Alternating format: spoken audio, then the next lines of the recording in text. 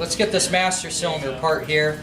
What our goal is to get down into this plunger here, and you can see this thing's pretty nasty, right? So first off, you know it's been leaking. The other thing I can see is a tear right here in this boot. So the thing is, I don't have to be real fragile with it. There's another clue on this one though, looking at this right now, that really bothers me. Do you see that divot right in the middle? Yep. So that means that the brake lever was literally banging around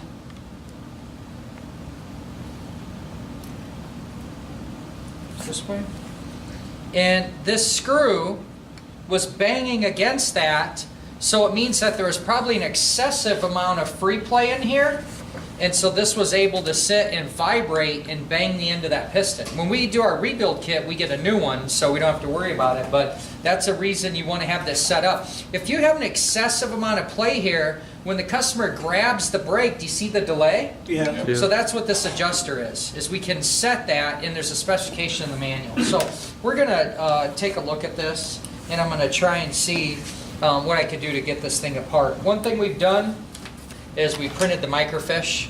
What I'm going to do is I'm going to just start to clean it out first as much as I can. Motion Pro, these guys rock. Master cylinder ring pliers. The only thing is, I like to grind that edge off so that's not round anymore, so that I can slip through this bore with more clearance. All right, I'm just going to keep kind of digging this out here. All right, there it is. So this rubber, this is more like a dust seal. It's not a fluid seal. This is not meant to hold the brake fluid into the master cylinder. This is just to keep the outside dust off of the dang people that power wash their bikes and ride in the pouring rain, right? Okay, so I'll just set that to the side. Now, look down in there. Oh, I see it now. Can you barely see it back in the corner here? Yep. Now that I know where the ears are, I'm going to get this stable like so. Okay, watch it.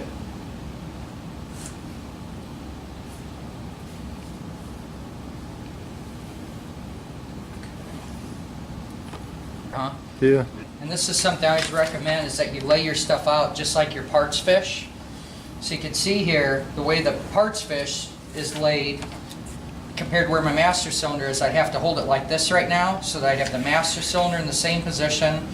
I pull my piston out, there's my dust seal, there's my snap ring, and I should have another piece. This is the one that'll stick a little bit, I got it. When you get a rebuild kit,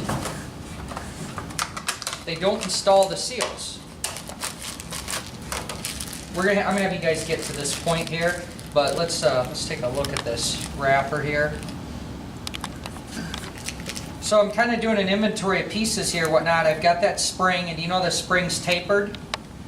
Okay, so the installation, that's gonna be important. We'll talk about that. I got my new piston, and then I have a clip. I have a couple of seals and my dust seal. So I have to install these seals on this piston, and they go in a particular way. My next step here, just as far as complete disassembly, would be to go ahead and get the cap off. Here's something I will recommend. See the Yamaha logo?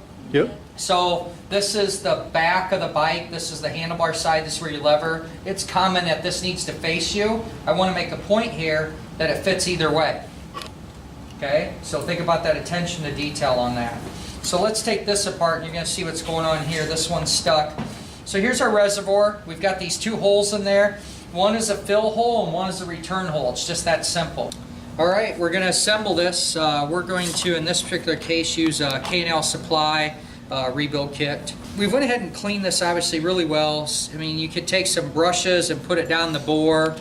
There are tools out there that are specifically sized for this, called a brake hone. I showed you guys that in the lab. But what we're looking for is make sure that our bore down inside here isn't pitted. So with that in case, the piston is not going to be able to seal if we have some big heavy pits in there. So that's what we'd be checking out.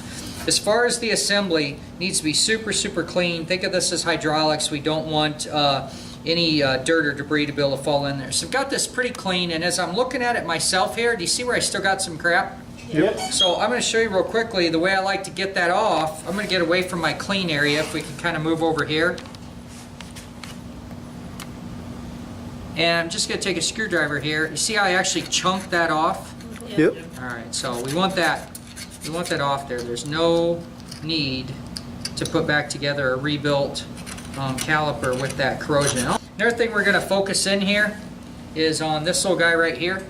And that's super important. That is the atmospheric vent. And let me explain how that works here. Go ahead and back up and look at this. When we have atmospheric pressure above the diaphragm and then we have the brake fluid below. So when we apply the brake fluid, or as the brake pads wear, this diaphragm will stretch down. You guys have probably seen this where you pulled one of these apart and you had your diaphragm all the way expanded. That's a really good indication that your brake pads are worn. When the fluid level drops, like a lot of times you have a sight glass, the fluid level drops because why? On a normal operating system. Because the brake pads are wearing, so that fluid's got to go somewhere. Well, you might have it where someone goes, oh, my brake fluid's low, and they top the fluid back off. Those brake pads are going to continue to wear, right? So do you understand the balance between checking the brake pad thickness in relationship to the reservoir actually having fluid? If I've seen this, like I said, where this is completely expanded, I would be concerned to right away look at the brake pads. Should be doing it anyway, but that's the point. So this needs to have no tears, or it should be flexible and pliable. It also should fit in here nice. If it's really super swollen, it's going to have a hard time of sealing. We don't want to get brake fluid on any of the painted surfaces like we talked about. So those are going to be good to go. And then this is the part where it gets slightly tricky as far as the assembly of this. And I'm going to go ahead and I'm going to lay out the pieces that I took apart. And what I could do here is I can model this and put this back together. Obviously pretty easy. I checked the service manual or the microfiche and saw that these are in the right order, but I'll just start to lay this out here in the same fashion. So I have this, I have my rubber cup here, I've got a couple of seals, and this part gets to be really important. That one goes that direction, and this one, oops, nope, the fat one is gonna go this way. Okay, so I'm just gonna set that there, and then this little bit skinnier one is going to go this direction. So let's zoom in here and look at these for a second here. You can see how it's dished on one side and flat on the other. If these are put in backwards, so the whole idea is the piston moves, it needs to push the fluid. Okay, so if I put this in backwards, it's not going to want to do that, and when I pull it, when I let go of the lever and pull it back, it's going to grab a bunch of fluid and pull it in there. So it is important how we put those on there. Whenever you install these, one thing that's nice to make sure you are super clean. I'm going to start to make a mess here. What I want to do is I'm going to take fresh, clean brake fluid and coat these rubber seals. So what I got to do is I got to be able to stretch these around this piston. So I'll go ahead and I'll just start with this guy here. I don't want to try and drag it all the way across these threads here, if you will. I want to try and cause the minimal amount of stress. So on this thin one, I've got this good and lubed up, and I'm going to try and just put some pressure on here, and I'm going to try and walk it around. With it being lubricated, you can see here, obviously, it's a little tricky, isn't it? Yep. Okay, so I got that one on there. Watch this important part of this, okay, is make sure you rotate that. You see how that's free on there? If that didn't fully lip on there, it's going to fail. The first time you put it in, it's just going to fold over. So this is good and secured on there. Make sense? Yep. All right, I'm just kind of double checking here. This one here.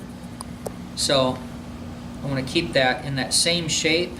And now what's going to happen is it's going to want to catch on that first one. So what I'm going to do a little trick here. Watch what I do here. I'm going to take and put my pick through here. I want the pick to make sure I'm way over here because I'm going to use it to stretch it. Does that make sense? Yep. Okay, so let me see if I can do this and film this at the same time.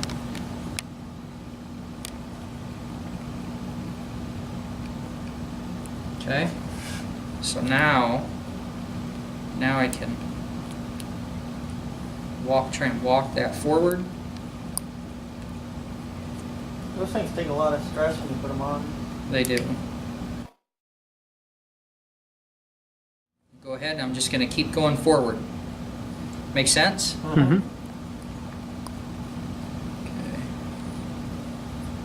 I also got to make sure it doesn't roll on me, right? Yep. Okay, sounded good. Did you hear it kind of snap? Yep. All right, that might be slightly surprising that we're being that aggressive, but that's a real successful way I've had of getting these on there. Snap ring's gonna be this way. Let's take a look at this too. Do you remember we talked about snap rings having a flat edge or a rounded edge? Yep. Okay, remember the flat edge wants to be opposite the direction of thrust. And so when this is in the bore, this on the right way. Do you see how that's even sized? Yep. Okay, so when I push up against the, try and not block this, when I push the master cylinder up against the wall, when this comes back, and what's trying to stop it from shooting out of this master cylinder is this snap ring, right? Mm-hmm. So wouldn't it make sense then that the flat edge needs to go outwards? Yes. Yep. Okay, so that's being really intentional. This is nowhere in a service manual. This is us understanding theory and what we got going on here. So I'm going to go ahead and add some more brake fluid here, get this really good and lubed up. What I'm going to try and do is I want to, when I get it right here, kind of watch my technique. I'm going to walk it around. Do you see how I did that? Yep. Yep. Okay, if I just shoved it in there, what would it do to that? I call it the umbrella seal. What would it do to that seal? Could tear it. Just, it probably won't tear it, honestly. It'll just fold it over itself. Okay. I need it to be in that direction in the bore. Now, you saw how I did that, so I'm going to go ahead and go back to this position. And what I'm going to be doing is being really intentional. I'm really watching down here now. I know you can't see that, but I'm going to kind of do that same thing. Okay. Now, the tricky part is I got to be able to do this all at the same time while putting the snap ring in. Okay, so it gets a little bit trickier. So I'm gonna preload my snap ring in the direction that I want. I want the flat side out. I'm gonna take my specialty pliers. Told you it's gonna be much easier this time though. And I'm gonna go in here and I'm gonna see if I can. I'm gonna go ahead and I'm gonna put a little pressure over here.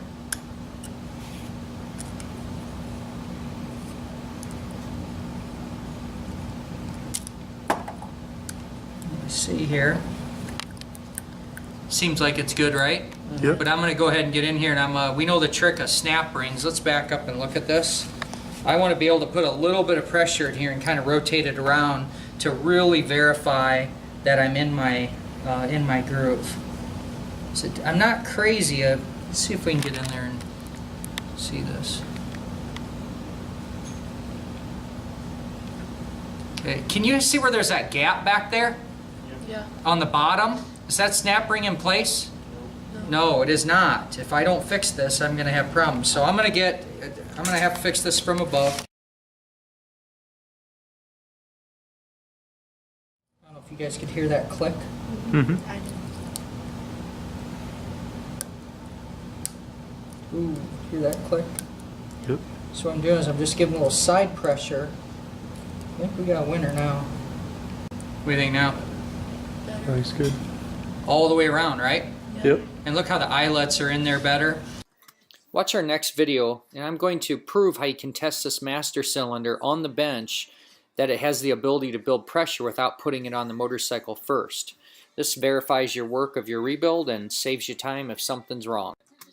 If you like what you see here, would you please share it? I'd love you to keep my platform going here on technical education and the ways to be great in your craftsmanship. So keep on wrenching, and we'll see you again in the future. Thanks for being a subscriber and follower of the channel.